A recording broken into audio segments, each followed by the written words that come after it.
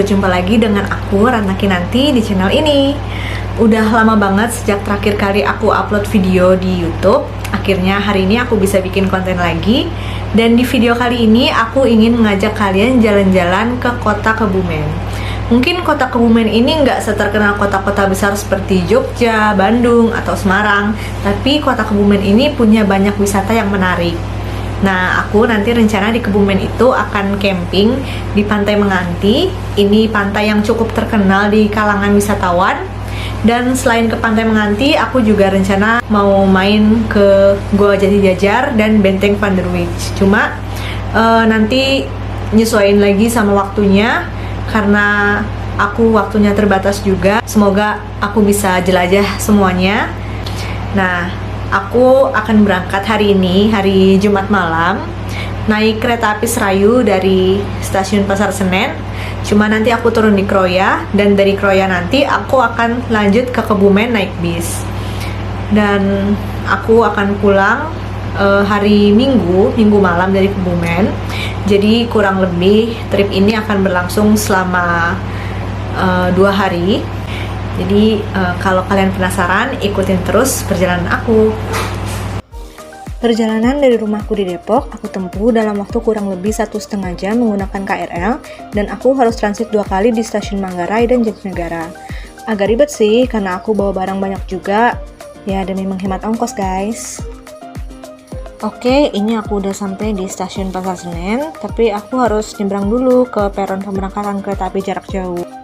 Nah, ini aku udah cetak tiket, jadi aku tinggal boarding aja. Dan suasana di stasiun Pasar Senen malam ini cukup ramai karena kapasitas kereta sudah 100% dan tidak ada lagi pembatasan. Dan malam ini aku juga menggunakan jasa porter karena selain aku capek, aku juga ingin membagikan sedikit rezekiku untuk mereka.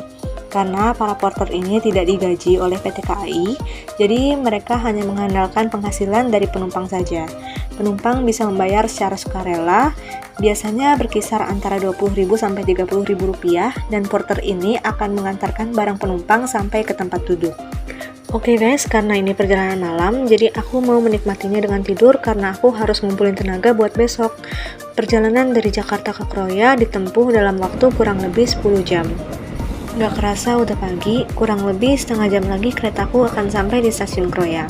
Salah satu hal yang aku suka kalau naik kereta Serayu malam ini adalah ketika memasuki wilayah Kabupaten Cilacap, kita bisa menikmati sunrise sambil melihat pemandangan dari dalam kereta. Kereta api Serayu malam tiba di stasiun Kroya tepat pada pukul 6:30 pagi dan disambut dengan nada kedatangan khas stasiun Kroya, di tepinya Sungai Serayu.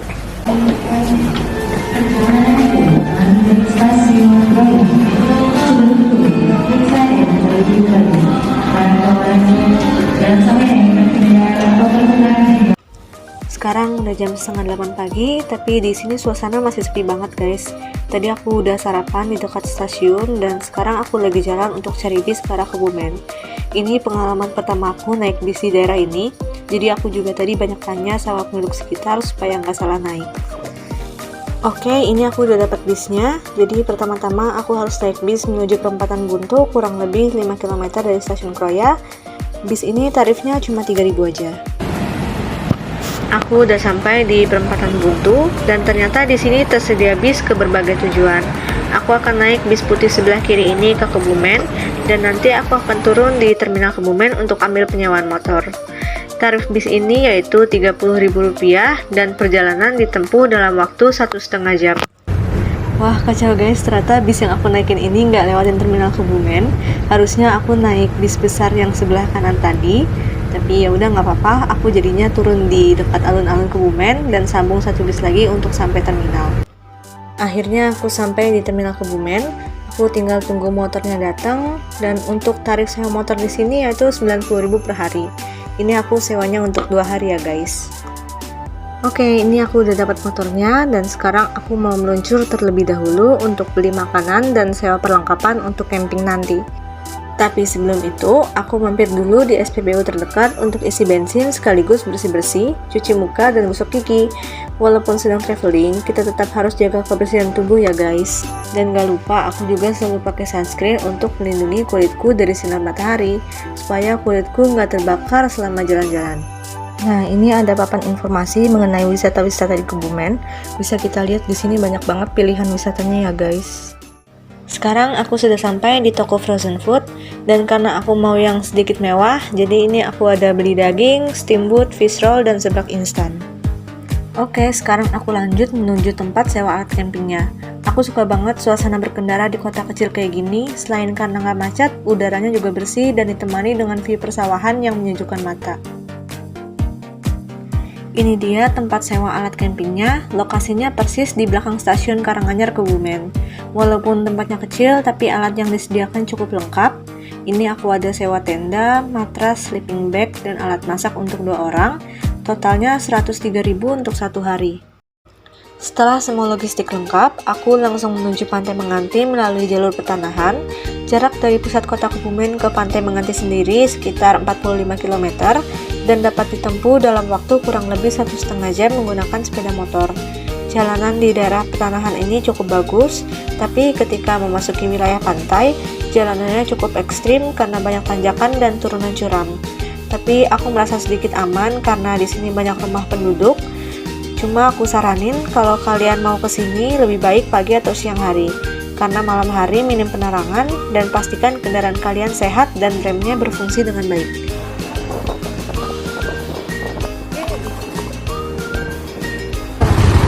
Orang 40.000, parkir udah gratis sama asuransi. 40 ya? Iya. Terima kasih. Oke, aku sudah memasuki kawasan Pantai Menganti. Ternyata untuk sampai ke pantainya sendiri masih sekitar 3 km lagi dari pintu masuk.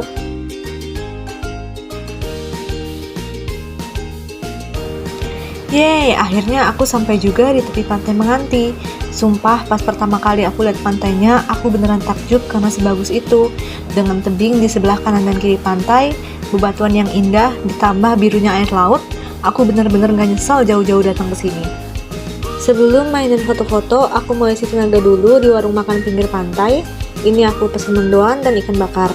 Nikmat banget makan siang ditemanin suara ombak.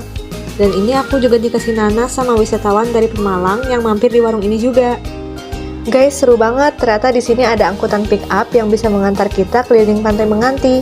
Dan ini gratis loh. Kita bisa naik dari shelter yang telah disediakan dan nunggunya juga nggak lama kok. Spot yang pertama aku kunjungin yaitu Lembah Menguneng.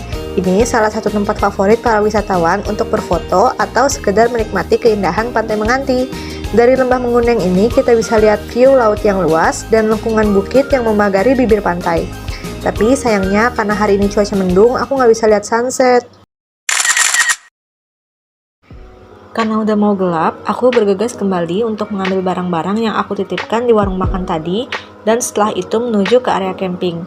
Dari tempat parkir ke area camping nggak terlalu jauh sih, tapi karena barang bawaanku banyak, jadi cukup terasa capeknya. Nah, ini dia view dari camping ground Menganti. Aku udah dapet tempat dan siap untuk pasang tenda.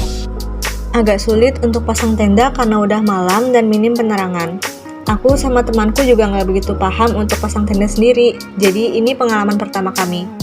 Kami sampai lihat tutorial di YouTube untuk pasang pelapis luarnya. Setelah kurang lebih 40 menit, akhirnya tenda siap digunakan. Ternyata pasang tenda cukup menguras tenaga juga ya. Jadi aku langsung masak makanan yang tadi udah aku beli, dan temanku ternyata udah prepare banget. Dia bawa garam, bawang bombay, dan bumbu penyedap dari rumah. Pertama-tama, kami masak dagingnya dulu, setelah itu baru steamboatnya. Setelah selesai makan, aku mau langsung istirahat karena aku udah lelah banget setelah seharian beraktivitas. Sampai ketemu besok pagi. Selamat pagi dari Pantai Menganti. Sekarang jam 6 pagi, tapi lagi-lagi cuacanya mendung, jadi aku nggak bisa lihat sunrise. Ini aku jalan sedikit ke bawah, dan ternyata udah rame. Nah, itu dia tenda aku yang warna kuning, nyempil sendirian guys. Akhirnya matahari nongol juga, aku mau jalan-jalan di sekitar camping ground sambil hunting foto dulu. Di bukit ini kita bisa foto atau selfie dengan latar belakang tebing, pantai, dan sunrise. Sekitar jam 8, aku dan temanku balik lagi ke tenda untuk membuat sarapan. Pagi ini kami bikin seblak instan pakai telur. Walaupun sederhana, tapi perpaduan keindahan alam dan kegiatan masak nggak ada duanya deh. Setelah sarapan selesai, kami langsung bongkar tenda supaya nggak kesiangan, karena habis ini kami mau main air di pantai. Ternyata hari Minggu lebih ramai dari hari kemarin, guys. Kalau kalian mau berenang di pantai ini, pastikan kalian tidak terlalu jauh dari bibir pantai ya, karena ombaknya cukup besar seperti pantai selatan pada umumnya. Pasir di Pantai Menganti ini didominasi oleh batu-batu dan karang kecil, jadi cukup terasa perih juga kalau kalian jatuh atau terseret ombak.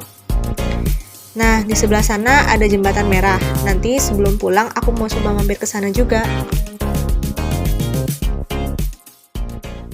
Oke guys, ini hari Minggu jam 1 siang. Aku udah selesai main-main di Pantai Menganti, udah camping juga, udah berenang juga. Dan setelah ini aku akan lanjut lagi ke Goa Jati Jajar. Dan jujur aku agak berat sih untuk meninggalkan Pantai Menganti ini, karena emang jujur bagus banget pantainya, kayak pantai terbagus yang pernah aku kunjungin di Pulau Jawa gitu, lebih banget ya. Tapi emang beneran kayak kalau kalian main ke Pantai Menganti itu nggak cukup kayaknya sehari deh, paling nggak tuh 2 hari atau 3 hari. Ombaknya sih cukup besar, tapi masih bisa untuk main-main air asal nggak terlalu jauh dari bibir pantai. Terus juga untuk pengelolaan wisatanya tuh cukup baik ya. Kayak satu pintu masuk itu kita bayar tiket masuk udah untuk semua, udah untuk parkir, jadi nggak bayar parkir lagi di dalam. Terus untuk sewa tempat camping juga nggak bayar lagi. Dan di sini juga tadi ada kayak mobil khusus yang nganterin wisata keliling di Pantai Menganti. Terus juga kayak makanan tuh di sini banyak ya pilihannya, banyak warung. Terus harga makanannya juga standar, nggak mahal-mahal kayak di tempat wisata yang lain gitu sampai 2 kali lipat, nggak. Harganya tuh murah-murah banget. Jadi aku sangat merekomendasikan Pantai Menganti ini untuk kalian kunjungin. Sebelum meninggalkan Pantai Menganti, aku menyempatkan diri untuk mengunjungi Jembatan Merah. Untuk menuju Jembatan Merah ini, kita harus berjalan sedikit dari tempat parkir dengan trek yang menurun. Di Jembatan Merah, perjuangan dan rasa lelah akan terbayarkan dengan keindahan ombak yang menabrak batu karang yang berdiri kokoh. Oke guys, aku tadi udah pulang, tapi sempetin mampir ke satu spot lagi, yaitu Jembatan Merah. Dan view dari sini tuh kayaknya yang paling bagus sih dari antara tempat-tempat atau spot-spot yang lain. Cuma ini emang rame sih karena hari Minggu ya, tadi rame banget. Bener-bener gak nyesel sih datang ke sini jauh-jauh, dan pasti kalau ada waktu bakal ke sini lagi. Sumpah keren banget. Gak kerasa udah jam 2:30 sore, dan sekarang aku dalam perjalanan menuju ke Goa Jati Jajar. Jarak dari Pantai Menganti ke Goa Jati Jajar sekitar 18 km dan ditempuh dalam waktu 45 menit dengan sepeda motor. Tarif masuk ke Goa Jati Jajar yaitu 12.500 untuk orang dewasa dan 5.500 untuk anak-anak. Sebelum memasuki Goa Jati Jajar, kita akan terlebih dahulu melewati Goa Dempok yang lokasinya tidak jauh dari loket. Goa Dempok ini tidak terlalu panjang, hanya sekitar 100 meter saja. Namun, untuk mencapai Goa Jati Jajarnya sendiri, ternyata kita harus berjalan cukup jauh lagi dan melewati beberapa anak tangga. Di sini juga banyak sekali penjual makanan, minuman, dan cindera mata. Oke guys, akhirnya udah sampai di Goa Jati Jajar. Tadi di pintu masuk itu ada Goa Dempok namanya, dan ternyata Goa Jati Jajarnya tuh masih jalan lagi. Ini jalannya cukup jauh sih, tangganya juga tinggi banget. Semoga sih dalamnya bagus ya, biar nggak sia-sia. Ketika memasuki Goa Jati Jajar, kita bisa melihat banyak coretan dengan tinta hitam di dinding dan langit-langit goa. Aku sendiri kurang paham apa maksud dari tulisan-tulisan ini, namun coretan itu menuliskan nama-nama seperti nama orang Belanda, lengkap dengan tahunnya, dengan rentang waktu antara tahun 1918 sampai 1931. Awalnya aku pikir goa-goa ini adalah goa buatan yang dipakai untuk perlindungan saat perang pada zaman penjajahan. Namun ternyata ini adalah sebuah situs geologi yang terbentuk dari proses alam akibat rembesan dan tetesan air tanah yang bercampur dengan zat kapur yang terkandung dalam tanah selama ribuan tahun. Ketika berjalan di dalam goa, kita harus berhati-hati karena jalanannya licin dan banyak tetesan air. Namun tidak perlu khawatir, karena goa ini dilengkapi dengan lampu penerangan dan juga tangga yang membantu kita untuk menjelajahi goa. Di dalam goa ini kita juga bisa menemukan diorama yang bercerita tentang Raden Kamandaka dan istrinya Putri Dewi Ciptarasa. Di dalam gua ini terdapat aliran sungai yang arusnya cukup deras. Katanya sih ada 7 sungai dalam gua ini dan hanya 4 yang bisa diakses. Tapi aku hanya menemukan 2, yaitu Sendang Mawar dan Sendang Kantil. Setelah menjelajahi goa, kami keluar melalui jalan yang berbeda. Di area wisata seluas 5,5 hektar ini juga terdapat taman-taman dan area bermain untuk anak-anak. Menurutku untuk goanya sendiri cukup bagus, namun untuk bagian luarnya ada beberapa area yang masih perlu dibenahi dari sisi kebersihan dan tata letaknya. Menuju pintu keluar, kita akan melewati pasar seni yang menjual berbagai macam oleh-oleh khas Jawa. Karena udah jam setengah 6 sore, aku harus bergegas kembali ke Kebumen, dan jadinya aku juga nggak keburu untuk mampir ke Benteng Van der Wijk. Ya, semoga next time aku bisa mengunjungi tempat-tempat wisata lainnya di Kebumen. Sekitar jam 7 malam, akhirnya aku tiba di stasiun Kebumen. Aku dan temanku berpisah di sini karena temanku pulang ke Bandung dengan kereta api Lodaya jam 8 malam, sedangkan keretaku menuju Jakarta akan datang jam setengah 12 malam. Setelah menunggu sekian lama, akhirnya keretaku datang juga. Aku naik kereta api Singasari kelas ekonomi dan dijadwalkan tiba di Jakarta pukul setengah 7 pagi. Oke, cukup sekian trip kali ini. Sampai jumpa di trip berikutnya. Bye-bye Kebumen.